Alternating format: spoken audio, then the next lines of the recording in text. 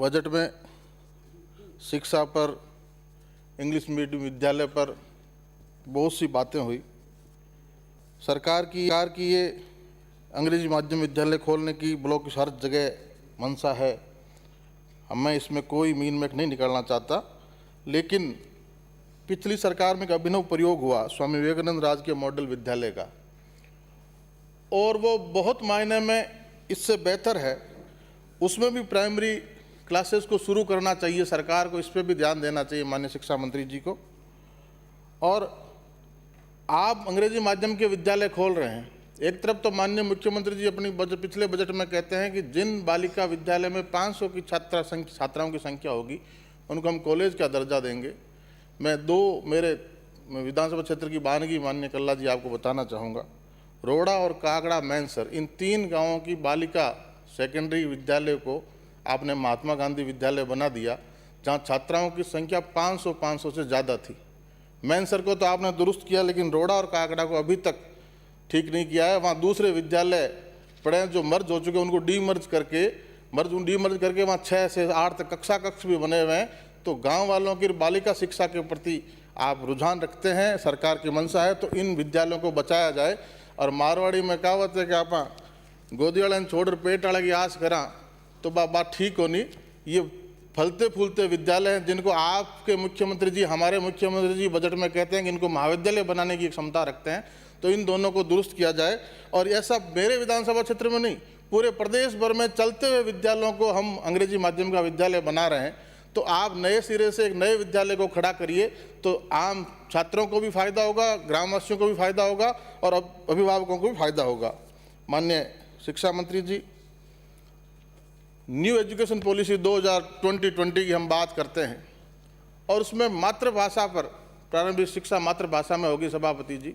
और आज मातृभाषा पे, मायड़ भाषा पे, अपनी मुंह बोली भाषा पे हमारे सचेतक जोगेश्वर गर्ग जी ने पूरी बात रखी, लंबी समय से बात रखी। मैं उन सारी बातों को तायद करते हुए एक उदाहरण देना चाहूँगा कि अकबर के दरबार में एक बहुत बड़ा भाषा का विशेषज्ञ आया, जो राम प्रताप कासनिया जी के वर्ग का, जो 100 भाषाओं को जानता था, और उसने 100 भाषाओं में अपनी जिरह की।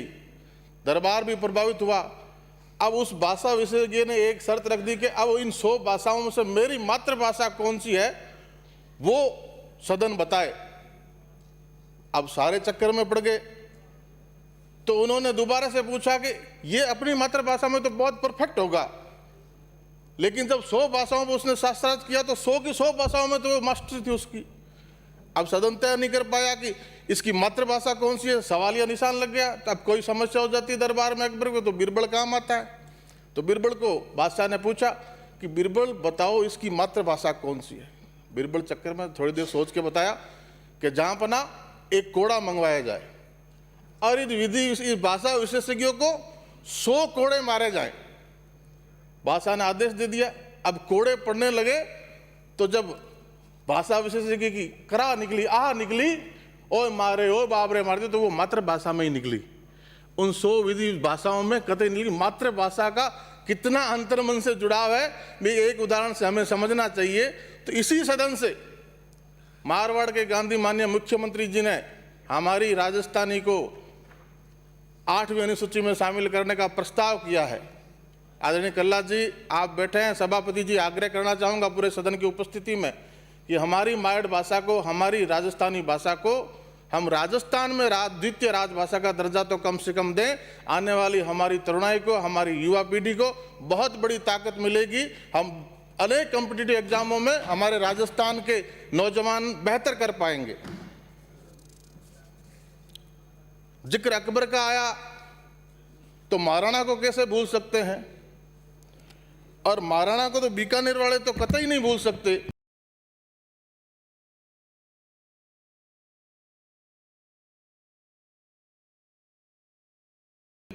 महाराणा भी स्वाभिमान की लड़ाई लड़ते लड़ते कहीं शिथिलन आ गया और अकबर को एक पाती लिख भेजी। तो बीकानेर के महाराजा पीथल ने तो उनको जगाने के लिए संदेश भेजा है कि मैं आज सुनो है कि नारियो शाड़ा ने साते सोवे लो, मैं आज सुनो है चातकड़ो धरती रो पानी पीवे लो। तो ऐसे महाराणा की लड़ाई को जब सत्ता में बैठे लोग स्वाधीनता के संग्राम को, स्वाभिमान के संग्राम को सत्ता का संघर्ष बता देते हैं, तो निश्चित तौर पे प्रताप वो स्वाभिमान से जो लड़े देश के लिए, अपनी मिट्टी के लिए, तो सदन में भी हमारे प्रताप बैठे हैं। तो मैंने प्रताप, आपने हमारे रामलाल जी के हाथ से कागज तो फाड़ दिए, लेकिन स्वाभिमान की लड़ाई को सत्ता की लड़ाई कहने वालों का क्या क्या फाड़ा, सदन की जानकारी में लाएं। मैं माननीय मंत्री जी, सभापति जी, रीट का विषय आया पूरे प्रदेश भर में, आपने रीट सेकंड तो रद्द किया। रीट फेस्ट की जो अंक तालिका आई है, कट ऑफ लिस्ट आई है, उससे अंदाजा लगा लीजिए कि 95% से भी ऊपर वो जाएगी, जा रही है।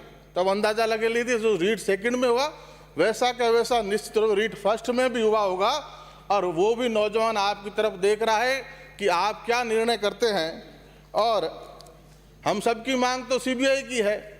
आप एसओजी, आपकी एसओजी, आपके डीजी एसओजी अशोक राठौड़ साहब बाड़मेर जालौर की सीमाओं में धूल फांकते घूम रहे हैं। कभी कोई बत्तीलाल मीणा पकड़ा जाता है तो मीणा गैंग हो जाती है, कभी कोई भजनलाल बिश्नोई पकड़ा जाता है तो बिश्नोई गैंग हो जाती है, जहां मंत्री जी को, तत्कालीन मंत्री जी को माफी भी मांगनी पड़ती है। तो हमारा और हमारे नेता, उपनेता प्रतिपक्ष ने भी कहा है सीबीआई जांच हो जाए तो इस गैंग का नाम डोटासरा गर्ग गैंग हो जाए, अगर सीबीआई जांच हो जाए। अंकित नहीं होगा, आपने नहीं होगा, मैंने दे दिए, मैंने आपने अलग से अंकित नहीं होगा, मैंने निर्देश दे दिया। प्लीज विराजिए, आप प्लीज विराजिए। माननीय सदस्य प्लीज, अंकित नहीं होगा। आसन की तरफ से आज निर्देश दे दिए कि अंकित नहीं होगा तो नहीं होगा। माननीय सभापति जी, आसन को आप डिक्टेट मत करिए। माननीय सभापति जी, माननीय सदस्य, यदि आपको सब्जेक्ट से नहीं बोलना है तो मैं दूसरा का नाम पुकारूंगा। नहीं, अलाउ नहीं करता मैं। माननीय सभापति जी, आप सब्जेक्ट पे कन्फाइन करें, नहीं बोलना है तो दूसरे आदमी को बुलाता हूं मैं। आसन को निर्देशित मत करिए। आसन निर्देश दे सकता है, आसन ने कह दिया अंकित नहीं होगा, नहीं होगा। माननीय सदस्य प्लीज विराजिए, प्लीज प्लीज सहयोग करिए। अभी इतने बाकी लोग बोलने बाकी हैं, बोलने दें उन्हें। अंकित नहीं होगा, कुछ भी अंकित नहीं होगा। विराजिए। माननीय सदस्य, माननीय सदस्य, क्यों हाईजैक कर रहे हो सदन का समय? सदन को चलने दें। माननीय सदस्य, माननीय सदस्य, माननीय सदस्य प्लीज सहयोग करें। विराजिए, आप विराजिए। माननीय सदस्य, आप में बड़ी क्षमता है, प्लीज विराजिए, आप विराजिए, विराजिए। माननीय सदस्य, माननीय नेता महोदय, माननीय नेता प्रतिपक्ष को मैं 3-8 जो है कल्ला साहब को बुलाऊंगा। प्लीज दे रहे हो, मैं ताकत नहीं, आप तो खुद ही फेल हो गए। माननीय मंत्री महोदय, माननीय मंत्री महोदय, माननीय मंत्री महोदय प्लीज विराजिए, विराजिए, विराजिए। अंकित नहीं होगा कुछ, बैठिए आप। विराजिए, विराजिए, विराजिए, विराजिए, आप विराजिए, विराजिए आप प्लीज प्लीज सहयोग करिए। विराजिए, आप विराजिए। इनको आपके आरोप फेल हो गए। मंत्री जी एक मिनट, एक मिनट विराजिए, आप विराजिए। हाउस को जिस तरह से आप चलाना चाह रहे हैं मैं बिल्कुल अलाउ नहीं करूंगा। जो लोग सुबह से शाम तक यहाँ पे बैठ करके बोलने की इंतजार में रहते हैं, 2-4 लोग ऐसे खड़े होते हैं जो पूरे सिस्टम को हाईजैक कर लेते हैं और उनको बोलने का मौका नहीं मिलता। पहले वाले बोलते हैं 1 घंटा, लास्ट वाले को मैं 2 मिनट देने में भी जो है गुरेज करता हूं। मैं बिल्कुल अलाउ नहीं करूंगा। स्वयं कन्फाइन करेंगे। और अब तक मैं आपको 10 मिनट दे रहा था, अब 7 मिनट में जो है मैं आपको कहूंगा कि आप विराजिए, तो आप विराजिए, सहयोग करिए ताकि माननीय 7 मिनट में मैं मेरी बात पूरी कर दूंगा। सहयोग करिए, विराजिए, आप 7 मिनट में पूरी कर दूंगा सभापति जी, 7 मिनट में पूरी बात। समय जाया करते हो अपना, प्लीज साइलेंट।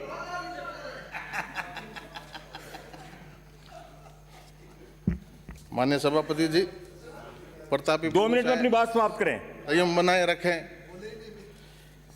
इस बजट में अलग से एग्रीकल्चर एनिमल हस्बेंड्री का बजट आया है। बोलने का कुछ तैयारी करके आते नहीं हो, इधर का उधर, उधर का उधर बोलते हो। तैयारी करके आया करो, उसका हम स्वागत करते हैं माननीय सभापति जी। तैयारी करके नहीं आते इसलिए जो है इधर से उधर जोर जाड़ करके लाना पड़ता है। नाम केवल नाम देना चाहिए, क्योंकि आजकल यूट्यूब पे आता है इसलिए नाम चलना चाहिए आप लोगों का। मैं माननीय अध्यक्ष महोदय से विशेष रूप से निवेदन करूंगा कि ऐसे लोग जो बिना तैयारी के आते हैं, अंकित नहीं किया जाए उन लोगों का।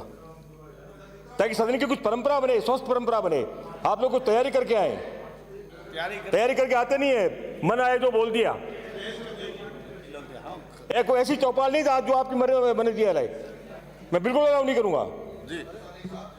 प्यारेलाल जी 2 मिनट में समाप्त करें अपनी बात। माननीय सभापति जी, आपने 7 मिनट का समय दिया था माननीय सभापति जी।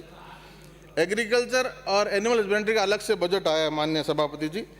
इसमें मैं माननीय मंत्री जी का बहुत धन्यवाद करना चाहूँगा, कृषि मंत्री जी का, कि वेटनरी स्टूडेंट्स की जो एक लंबे समय से इंटर्न का भत्ता बढ़ाने की बात थी, मेडिकल स्टूडेंट के बराबर करने की बात थी, मैं उनका और उनके पूरे डिपार्टमेंट का और फाइनेंस सेक्रेटरी का, माननीय मुख्यमंत्री जी का इसमें बहुत धन्यवाद करना चाहूँगा। उनका बढ़ाया। और अब जो इनका नीचे का स्टाफ है, LSA टेक्निकल भर्ती, इसको भी इनकी भी भर्ती की जाए। और VO की RPSC में जो भर्ती अटकी पड़ी है और 671 की एक नई भर्ती भी है, इनको भी सही समय पे पूरा किया जाए। सही मायने में पशुपालन को और किसान को इस बात का फायदा होगा। माननीय सभापति जी, मेरे बीकानेर में कृषि विश्वविद्यालय, जिनका नाम एक किसान परिवार में जन्मे एक ऐसे महात्मा, एक साधु के नाम पे, जिन्होंने शिक्षा के क्षेत्र में बहुत बड़ी अलग जगाई, स्वामी केशवानंद जी के नाम पे है। अपने आप को कृषि का छात्र गवर्नमेंट महसूस करता है कि उसकी डिग्री पे उनका नाम लिखा जाता है विश्वविद्यालय के साथ में। यही स्थिति महाराजा गंगा सिंह जी के नाम से जो हमारा विश्वविद्यालय है, तो महाराजा गंगा सिंह जी जो गंगनहर लेके आए, उन्होंने ऐसे महान पुरुष के नाम से विश्वविद्यालय है, तो वहाँ भी छात्र पढ़ता है, गौरवान्वित महसूस करता है। इसी तरह हमारा एक वेटनरी विश्वविद्यालय है बीकानेर में, उसका नाम भी गुरु जम्बेश्वर भगवान के नाम पे किया जाए तो निश्चित तौर से छात्रों में, और इस बात की बहुत लंबे समय से हमारी मांग है। माननीय सभापति जी, एग्रीकल्चर कॉलेजेस की मांग मैंने देखी, हर कोई मुख्यमंत्री जी से कृषि महाविद्यालय मांग रहा है। पहले 1 यूनिवर्सिटी एग्रीकल्चर की हुआ करती थी प्रदेश में, अब 5 यूनिवर्सिटी एग्रीकल्चर की है प्रदेश में। तो संख्या बढ़ने से कोई गुणवत्ता नहीं बढ़ती। करें श्रीमती रमीला खड़िया। माननीय सभापति जी, प्लीज 5 मिनट 7 मिनट का माननीय सभापति जी आपने कहा था। श्रीमती रमीला खड़िया, 7 मिनट का माननीय बलवान सभापति जी। पूनिया,